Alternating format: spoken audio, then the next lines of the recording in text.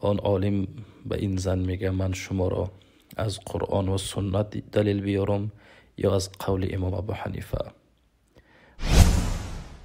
مادر میگه نه، البته من فهمیش امام ابو حنیفه و استنباط امام ابو حنیفه نسبت قرآن و سنت از فهمیش شما دیده مقدم تر می شمارم.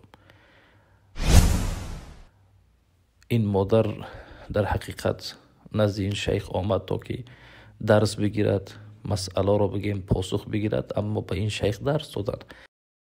بسم الله الرحمن الرحیم. یک روز یک زنی پیش عالمی آمده مسئله را سوال میکند. آن عالم به این زن میگه من شما را از قرآن و سنت دلیل بیارم یا از قول امام ابو حنیفه؟ و این زن میگه البته قول امام ابو حنیفه را پیشه کنید.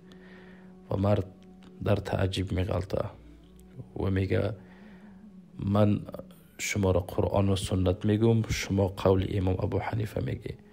آیا شما قول امام ابو حنیفه را مقدم از قرآن و سنت میشماری؟ مادر میگه نه، البته من فهمیش امام ابو حنیفه و استنباط امام ابو حنیفه نسبت قرآن و سنت از فهمیش شما دیده مقدم تر میشمارم. این مادر در حقیقت نزد این شیخ آمد تا که درس بگیرد، مسئله را بگیم پاسخ بگیرد، اما به این شیخ درس دادن. حقیقتا برادران عزیز، امروز بعضی برادرها ایراد میگیرند، بعضی برادرها گوییم سنگ میزنند که شما مقصد مقلدین، شما پشت امام هستید، از قول امام ابو حنیفه و امام ابو یوسف را شما مقدم از قرآن و سنت میشمارید. والله که این کذب و دروغ هست.